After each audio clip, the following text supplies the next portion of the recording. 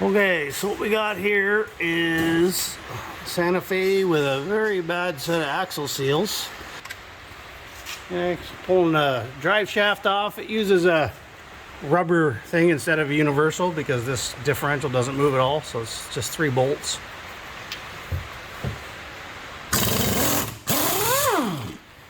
Drive shaft first. And then you got 4 bolts, one there, one there, one here, and one here.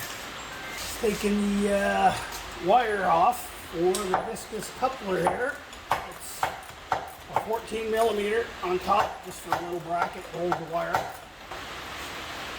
Okay, so that liberates our wire. Here, that's for the Viscous coupler, which on this is bad. And we just got these 4 good. There we go, loose. Alright, let's try this with 2 bars. Ah, you son of a... Best laid plans of mice and men. Maybe a longer direction. Try that impact on there now, just go in the regular direction. Well, we got you on the toes. Working in sandals. Yeah. I'm just asking for it. Let me go the other way now.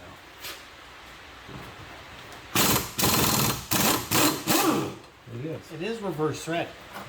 Wow, there's something to know that they put reverse thread. Okay, so we're just popping the axles loose because there's little clips inside that hold them. So all you do is you get in here with a pry bar and boom, just like that, pops loose. Okay, I got the axles both popped out. Now we're just going to take the mounts, which are here, here, there, and there. You can see the bolts. See the bolts. And just got to get those out and this diff will come out.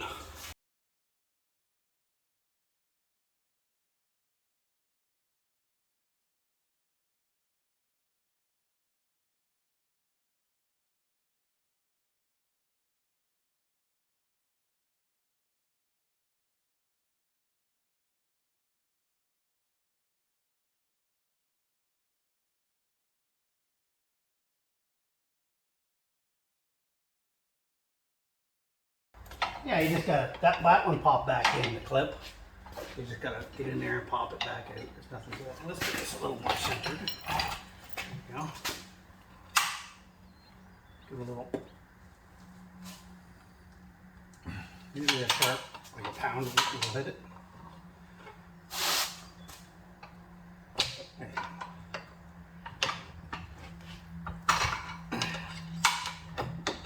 Oh, she's a long way. Alright, hang on. Let's see what's outside. There's your diff out. That's not too bad. Way easier than most cars. Outside. Not even that heavy. No. Should pop that Viscous coupler off while we got it. Okay, we're just pulling these seals out, put a rag down so the rust and garbage doesn't fall in. Now we can at least see how bad it is. And it's bad, as you can see, it's tore. Look at that seal out. That seal's not as bad as yet. Where's the other one? Yeah. There's the seal we pulled out of the other side. Wonder why we had a leak. Yeah, you know, I have a seal puller here somewhere, but that works every time. It is ripped. Yep. There's a hole in it. There's where all our leaks are. 2 bad seals. That's some of the worst axle seals I've ever seen, actually. That bearing looks just fine. If I could turn that with my tool. Yeah, ain't nothing wrong with that bearing. The seals. Megan will be happy. And there you have it. Oh, we're not filming! You didn't even press stop. You're filming like the top of the... I didn't press stop. We're filming the top of the chair. Now we're pulling the Viscous coupler off. This is junk. They have a big motor on the later model once.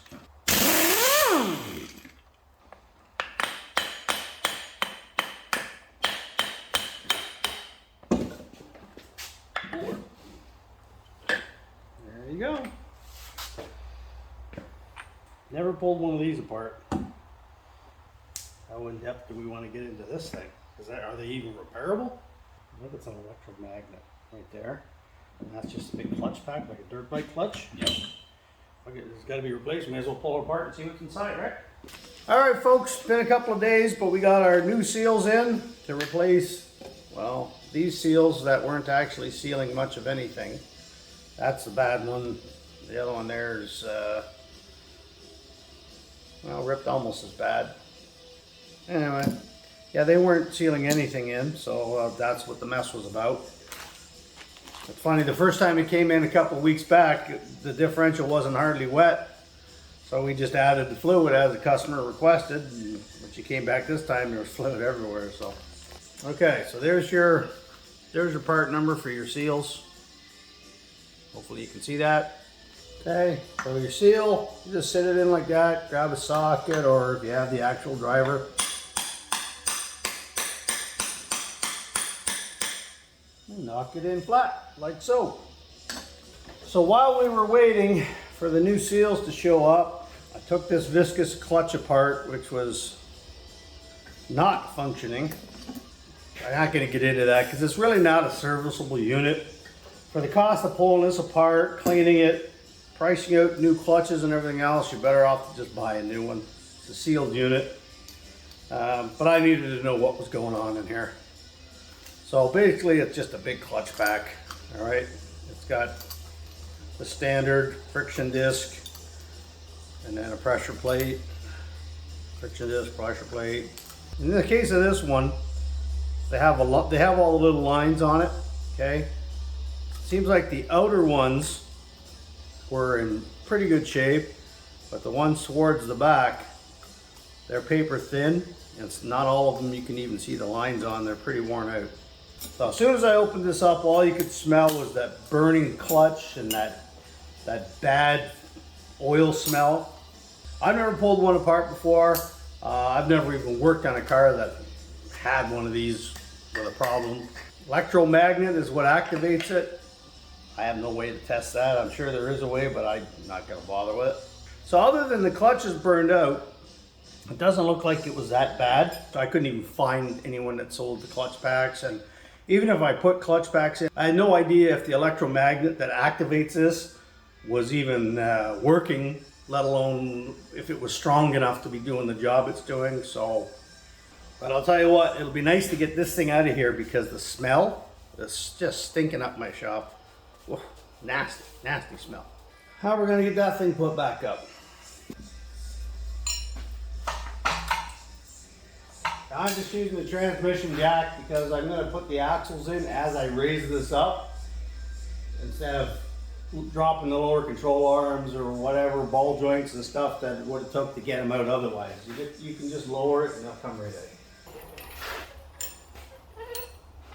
So all you got to do here is once you get your differential kind of where it needs to be, start one axle at a time, like so.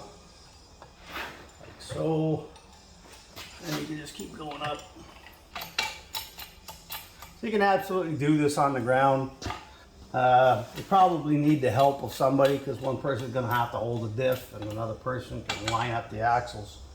But it's a totally doable job. They're not in all the way, but they're lined up. Speed this up. Okay, so you may have to rotate your axle a bit to line up the splines. Okay, so they're both in. All right, we're just filling up the fluid here. Well, we got it in a position that's much easier. It's a lot harder to get it in when it's up here because you got to go through this hole and the tire's in the way. So we have the privilege of having it out. It makes my life easier. Okay, there we are, full. I was looking at the camera, not paying attention. I got a little spillage. Curious as to why it leaked after I filled it.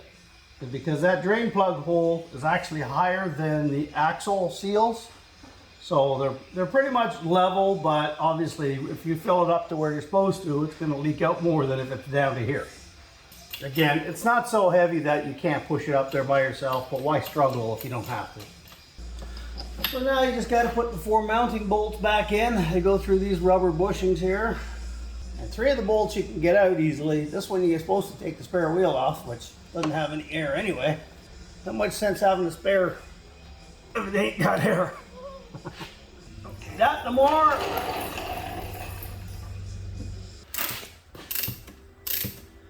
It's pretty tight in here. So, I mean, you can get a socket and a ratchet on, but if you don't have these ratchet wrenches, but this is the easiest way to do it. Okay, the differential is in. Now when the viscous coupler shows up, which is supposed to be out for delivery, all I gotta do is slide it in front, 4 bolts, attach the wire back to it, and put the drive shaft parts back on. So we'll get to that when the parts show up. Okay, got our new viscous coupler in here. Sealed unit, so you can't really do much with it other than put it on. So obviously you got the splines here, which need to line up with the splines on the input shaft of the differential. No biggie. You just kind of put it in and wiggle the end, which comes with it, by the way. You don't need to use the old one on this one. You need to rotate so the plug is facing this side, because that's the plug goes in from right here. Right there.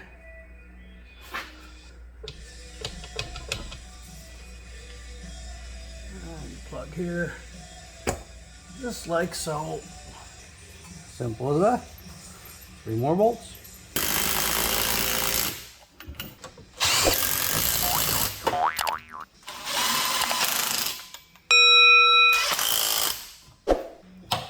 There we go. Viscous coupler is now on tight. Now the other shop cable tied it up. They unplugged it and cable tied it, so it wouldn't be a problem. And there we go. Plug back in. Shrink it up a bit. And there you go. So all you do here is you collapse the center in front of the hanger bearing. It's telescopic. And once you got it to that, you put these other bolts back in. Rule of thumb, never tighten anything till you get them all started. Why make the last bolt hard? There you go. Well, the socket's kind of a lousy fit. I could put a swivel on it, but I'm here now. Keep going, trying to go back to lefty loosey, righty tighty, and this is backwards. Creature of habit. What can I say?